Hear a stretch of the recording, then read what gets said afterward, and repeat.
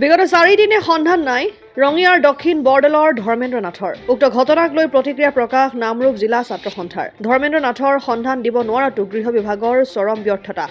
দোষীক কৰায়ত্ব কৰাৰ বাবে 24 ঘণ্টাৰ সময়সীমা বান্ধি দিলে ছাত্ৰ সন্থাই। ৰঙিয়াত যোৱা 4টা দিনৰে পৰাই অব্যাহত আছে উত্তপ্ত পৰিস্থিতি।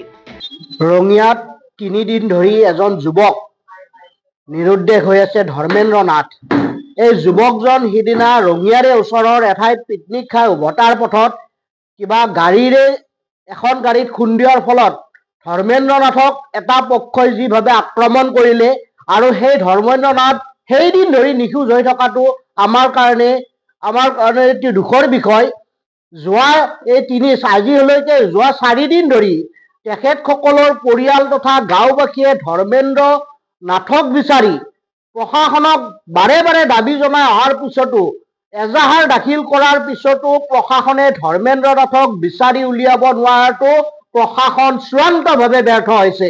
আমি প্ৰশাসন তথা গৃহ বিভাগৰ মাননীয় মুখ্যমন্ত্ৰীগৰাকীক আপোনালোকৰ সংবাদ মাধ্যমৰ জৰিয়তে জনাব বিচাৰিছো, ধৰ্মেন্দ্ৰ নাথক যিসকল ব্যক্তিয়ে আক্ৰমণ কৰিলে সেই ব্যক্তিসকলক অতি শীঘ্ৰে কৰায়ত্ব কৰিব লাগে আৰু ধৰ্মেন্দ্ৰ নাথৰ পৰিয়ালক ন্যায় দিয়াৰ ব্যৱস্থা কৰিব লাগে। কাৰণ যোৱা 4 দিন ধৰি ধৰ্মেন্দ্ৰ নাথ নিখোজ হৈ আছে। ধৰ্মেন্দ্ৰ নাথ নিখোজ হৈ থকাত পৰিয়াল এতিয়া চিন্তিত হৈ পৰিছে, পৰিয়ালৰ লগত গাঁওবাসী চিন্তিত হৈ পৰিছে। কাৰণ যিটো সময়ত অসমৰ মাননীয় মুখ্যমন্ত্ৰী মহোদয়ে বাৰে বাৰে আমাক কৈ থাকে যে গৃহ বিভাগ শক্তিশালী হৈছে, পুলিচ প্ৰশাসন শক্তিশালী হৈছে। যদি গৃহ বিভাগ শক্তিশালী হৈছে, যদি পুলিচ প্ৰশাসন শক্তিশালী হৈছে, তাৰ পিছতো ধৰ্মেন্দ্ৰ নাথ নামৰ যুৱকজন নিখোজ হোৱাৰ পিছত তেওঁক বিচাৰি উলিয়াব নোৱাৰাটো প্ৰশাসনৰ ব্যৰ্থতা। লগতে ধৰ্মেন্দ্ৰ নাথক যিসকল ব্যক্তিয়ে আক্ৰমণ কৰিলে সেই ব্যক্তিসকলক এতিয়ালৈকে কৰায়ত্ব কৰিব নোৱাৰাটো প্ৰশাসন চূড়ান্তভাৱে ব্যৰ্থ হৈছে। প্ৰশাসনৰ হেমাহিয়ে নে তেওঁলোকে ইচ্ছা কৰি তেওঁলোকক কৰায়ত্ব কৰিব পৰা নাই, এইটো এক চৰ্চাৰ বিষয় হৈ পৰিছে। সেইকাৰণে পুনৰবাৰ আমি প্ৰশাসনক আহ্বান জনাইছো, দাবী জনাইছো, ধৰ্মেন্দ্ৰ নাথক 24 ঘণ্টাৰ ভিতৰত বিচাৰি উলিয়াওক।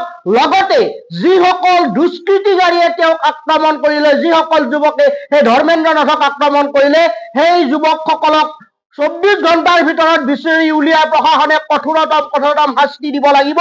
নহলে ছাত্ৰ সন্থা ইয়াৰ বিৰুদ্ধে আমি প্ৰতিবাদ কৰিবলৈ বাধ্য হ'ম। কাৰণ এজন যুৱক নিখোজ হৈ আছে, এজন যুৱকক মাৰধৰ কৰিছে। সেই যুৱকজন নিখোজ হৈ থকাৰ পিছতো প্ৰশাসনৰ এতিয়ালৈকে গা নৰৱাটো অতিকৈ দুৰ্ভাগ্যজনক। প্ৰশাসনে অতি শীঘ্ৰে যুৱকজনক এতিয়া জীৱিত হৈ আছে নে মৃত হৈ আছে অতি শীঘ্ৰে বিচাৰি উলিয়াই প্ৰশাসনে পৰিয়ালটোক ন্যায় প্ৰদান কৰক আৰু পৰিয়ালটোক এইভাৱেই ন্যায় প্ৰদান কৰিব লাগিব। যিসকল দুষ্কৃতিকাৰীয়ে তেওঁক আক্ৰমণ কৰিছে সেই দুষ্কৃতিকাৰীসকলক কঠোৰতম শাস্তি দিবলৈ আমি আপোনালোকৰ সংবাদ মাধ্যমৰ জৰিয়তে হিমন্ত বিশ্ব শৰ্মা নেতৃত্বাধীন চৰকাৰখনক আহ্বান জনালো, দাবী জনালো। ৰঙিয়াৰ পৰা আইনাল হুছেইনৰ ৰিপৰ্ট, অসম আদিত্য। NKS হুণ্ডাইলৈ স্বাগতম। নৰ্থ ইষ্টৰ প্ৰথম GDSI 2.0 ফিচাৰ্ছ ডিলাৰ হৈছে NKS হুণ্ডাই।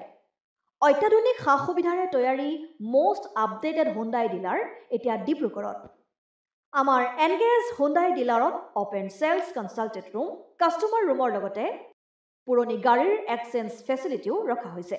ইয়াত চেলছৰ লগতে ছাৰ্ভিচ ছেক্টৰৰ সুন্দৰ সুবিধা আছে। প্ৰয়োজনীয় সকলো এডভান্স টুলছ, হুইল বেলেন্সিং, এলাইনমেণ্টৰ অত্যাধুনিক machine, post hydraulic lift, fully train man পাৱাৰৰ লগতে nitrogen gas filling facility, fully automatic car washer ফেচিলিটিও আছে। লগতে NKS হুণ্ডাই ডিলাৰে কাষ্টমাৰসকলৰ সুবিধাৰ্থে মোবাইল ছাৰ্ভিচ ভেনৰো ব্যৱস্থা ৰাখিছে, য'ত হাইড্ৰলিক লিফ্ট, ৱাছিং facility, wheel balancing, tyre pressure check কৰাৰ লগতে বহুখিনি সুবিধাই উপলব্ধ আছে। NKS হুণ্ডাইলৈ আহক আৰু সুবিধাসমূহ গ্ৰহণ কৰক।